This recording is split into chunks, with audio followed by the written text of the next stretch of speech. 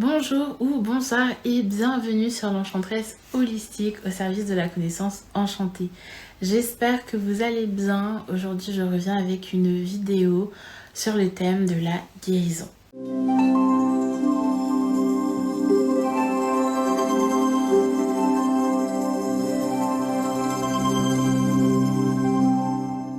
On part du principe que la guérison c'est un processus, donc c'est pas, ça se fait pas en un jour. Ça peut durer des semaines, des mois, voire des années en fonction de la nécessité de ce processus de guérison. Pour avoir envie de guérir, il faut déjà qu'il se soit passé un certain nombre de choses, notamment des traumatismes, des chocs émotionnels ou encore des deuils, des ruptures, qu'elles soient amicales ou amoureuses. Voilà, des choses qui nous provoquent des émotions très fortes qui potentiellement restent enfouies ou qui se mélangent à d'autres émotions et qui nous font nous sentir mal, tout simplement. Et donc voilà, on va entamer un processus de guérison, on va essayer de vraiment vivre ces émotions-là, de ne pas les mettre de côté. Et donc, pour ce faire, on va d'abord comprendre la cause de notre mal-être et du coup, les raisons que je viens de citer, donc choc émotionnel, traumatisme, deuil, perte d'un être cher, donc séparation, rupture amoureuse, amicale, etc. Donc tout ce qui provoque des émotions intenses et forcément des émotions négatives. Donc une fois qu'on a identifié la raison de ce mal-être, on peut commencer à l'accepter au fur et à mesure. Donc comme j'ai dit, en fonction des situations, c'est tout à fait différent et ça peut prendre plus de temps. Et donc il y aura forcément une phase où on va se sentir en colère, une phase où on peut nier les faits aussi, hein, donc le déni. On peut aussi être dans une phase de culpabilité pour avoir été dans la situation, pour avoir côtoyé telle ou telle personne, pour X raisons. Réellement, en fonction des situations, c'est très différent, le ressenti est différent et donc forcément la façon de gérer les situations est différente aussi. Donc une fois qu'on a compris, il faut l'accepter, il faut accepter que ça soit passé, il faut accepter que ça fait partie du passé, que ça ne doit plus avoir d'impact sur le présent et encore moins sur l'avenir. Ça c'est vraiment très important, l'acceptation. Ça fait partie du processus de guérison. Accepter ne veut pas dire pardonner ou excuser, mais juste accepter que ça soit fait et que ça fasse partie des faits. Voilà, qu'on ne peut pas en soi changer ce qui s'est passé. Donc c'est préférable de l'accepter et de ne pas lutter contre ce qui s'est passé en fait, contre la situation ou contre ses émotions en fait. Il faut vraiment accepter. Une fois qu'on est passé par la compréhension, par l'acceptation, c'est important, je trouve, d'avoir une phase de pardon. Donc une phase de pardon, soit les personnes qui ont été dans la situation et qui ont provoqué le mal-être, ou pardonner le fait qu'on ait été dans la situation, qu'on ait fait confiance à telle ou telle personne, que les faits soient arrivés. Et en fait, le fait de pardonner, c'est vraiment un acte pour soi, c'est pas pour l'autre. Vraiment, c'est pour en fait se libérer de l'impact que ça a sur nous.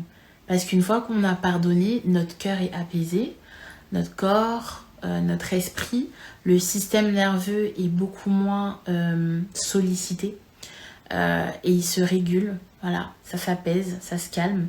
Les crises d'anxiété, les insomnies potentiellement diminuent, hein, et on arrive à un mieux-être ou en tout cas à un bien-être dans un premier temps.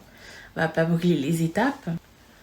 Donc une fois passé la phase de pardon qui est extrêmement intense et j'en suis tout à fait consciente et c'est pour ça qu'il vaut mieux être accompagné par un professionnel.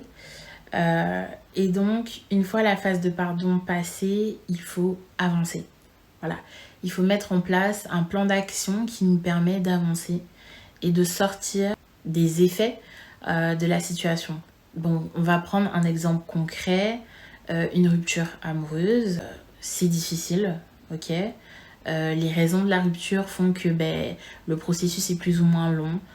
Si la rupture, c'est nous qui l'avons décidé ou si c'est l'autre personne, forcément, les réactions ne sont pas les mêmes, les émotions non plus. Mais une fois qu'on a compris du coup que la relation était toxique, que on a accepté qu'on a été dans cette situation pour X raisons et qu'on s'est pardonné à soi-même de l'avoir été, donc qu'on s'est pardonné d'avoir été dans une relation toxique, pas forcément d'avoir pardonné à l'autre, c'est un choix en fait. Je pense que le pardon de l'autre est un choix. On peut décider en effet d'accepter les excuses ou de pardonner tout simplement l'autre et de ne plus lui en vouloir, mais voilà, il y a des personnes qui y arrivent, d'autres qui n'y arrivent pas forcément et honnêtement, je n'ai pas de jugement de valeur là-dessus. Je pense que vraiment c'est un choix. Mais en tout cas, le plus important, c'est de se pardonner à soi-même. Donc une fois que le pardon a été accordé à soi-même, là, on va mettre un plan d'action pour avancer et on va se dire, déjà, je vais faire une liste de tout ce qui a été difficile dans cette relation, de toutes les choses que je ne veux plus. Et donc là, voilà, le plan pour avancer, c'est vraiment de prendre énormément de recul et de se dire, du coup, que tout ça est passé, qu'on a pu, du coup, voilà, comprendre la cause, accepter que ça soit passé, se pardonner à nous-mêmes et potentiellement à l'autre personne et qu'on a envie d'avancer, qu'on n'a pas envie de rester coincé dans le traumatisme de la rupture, dans le traumatisme de la relation toxique et on a envie d'avancer. Donc là, il faut d'office faire un plan d'action et le mettre en place et forcément agir là-dessus. Pas juste être dans la position passive et dans l'attente, mais vraiment d'agir. Donc si on se rend compte qu'on n'a pas forcément confiance en soi, que voilà, il y a des choses qui manquent dans notre construction personnelle, alors hop, on essaye de pallier à ça. Donc potentiellement on prend des cours de danse pour se sentir plus à l'aise avec notre corps, on reprend une activité physique, on reprend une passion qui nous fait du bien tout simplement.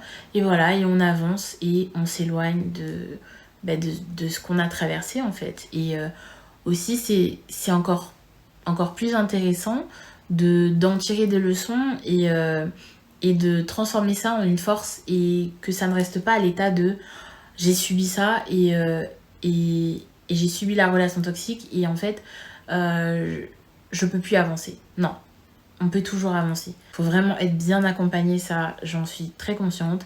Il faut aussi avoir un très bon entourage, un bon support system et ça c'est très important. Mais voilà, une fois que tout ça est mis en place, on avance. Et ça fait du bien, tout simplement parce qu'on est apaisé par la suite.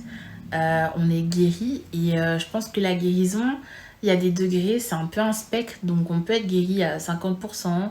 Et puis on va se retrouver dans une situation similaire qui va faire qu'on va se rendre compte qu'en fait on n'a pas vraiment guéri de la chose en question. On peut être guéri à 80% et toujours avoir un peu du mal à en parler. Mais je pense que quand la guérison elle est complète, donc à 100%, on peut en parler sans pour autant avoir l'émotion rattachée, sans pour autant revivre du coup la situation. Et on peut en parler de manière à aider les autres.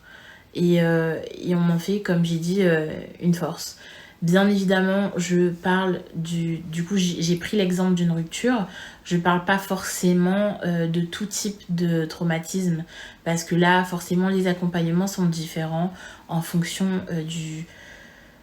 de l'ampleur du traumatisme, de l'ampleur du choc, des conséquences que ça a eu dans notre vie émotionnelle, psychique et puis physique également.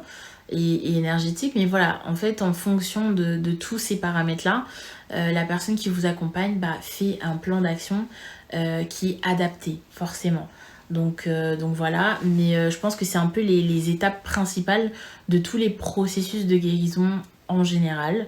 Dites-moi si vous avez des étapes à rajouter et si vous avez entamé des processus de guérison par rapport à des thématiques différentes ou quoi que ce soit. N'hésitez pas à commenter et à partager parce que sharing is caring. Et comme je dis souvent, bah, l'espace de commentaires, c'est un espace bienveillant de partage. Et donc, j'encourage vos partages, tout simplement. Et voilà.